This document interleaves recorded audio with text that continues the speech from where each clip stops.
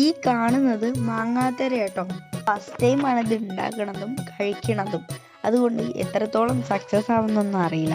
അപ്പം ഞാൻ അതിനായിട്ട് നല്ല പഴുത്ത മാങ്ങയായിട്ടോ എടുത്തിട്ടുള്ളത്. ഇപ്പം മാങ്ങ സീസൺ ആയതിനു ശേഷം ഒരുപാട് മാങ്ങ കിട്ടാറുണ്ട്.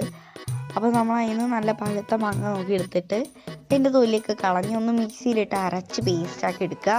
എന്നിട്ട് നമ്മൾ നേരെ ഒരു പാത്രത്തിലേക്ക് ഒഴിച്ചു കൊടുക്കുക. നമുക്ക് വേണമെന്നുണ്ടെങ്കിൽ അരിച്ച് കൊടുക്കാം. നമ്മളിവിടെ അരിച്ചിട്ടില്ല കേട്ടോ. ഇനി ആവശ്യത്തിനുള്ള പഞ്ചസാര ചേർത്ത് കൊടുക്കാം. ഞാനിവിടെ ഒരു 4 സ്പൂൺ പഞ്ചസാര ചേർത്തിട്ടുണ്ട്. വേണമെന്നുണ്ടെങ്കിൽ നിങ്ങൾക്ക് അവിടെ വെച്ച് നിർത്താം. പിന്നെ നമ്മൾ കുറച്ച് ഒരു എരിവിനും പുളിക്കൊക്കെ ആയിട്ട് കുറച്ച് മുളക് പൊടിയും ഉപ്പും ചേർത്ത് കൊടുത്തിട്ടുണ്ട് കേട്ടോ.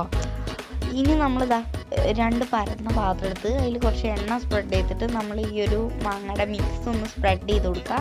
എന്നിട്ട് നന്നായിട്ട് വെയിലത്ത് വെച്ച് ഉണക്കിയിടുക. അപ്പോൾ ഒരു 3-4 ദിവസം നമ്മളിങ്ങനെ വെച്ച് കഴിഞ്ഞാൽ നല്ല അടിപൊളിയായിട്ട് കിട്ടും കേട്ടോ. കണ്ടോ, ഒരു ഷീറ്റൊക്കെ മാതിരി നമുക്ക് സൈഡൊക്കെ ഇങ്ങനെ ഇളകി വന്നോളും. എന്നിട്ട് നിങ്ങൾക്ക് വേണ്ട ഷേപ്പിൽ നിങ്ങൾക്ക് സെറ്റാക്കാവുന്നതാണ്. ഇവിടെ റോൾ ചെയ്യാണ് ചെയ്തിട്ടുണ്ടായിരുന്നത് കേട്ടോ. അപ്പോൾ നമ്മൾ എല്ലാം അങ്ങനെ റോൾ ചെയ്ത് സെറ്റാക്കിയിട്ടുണ്ട്.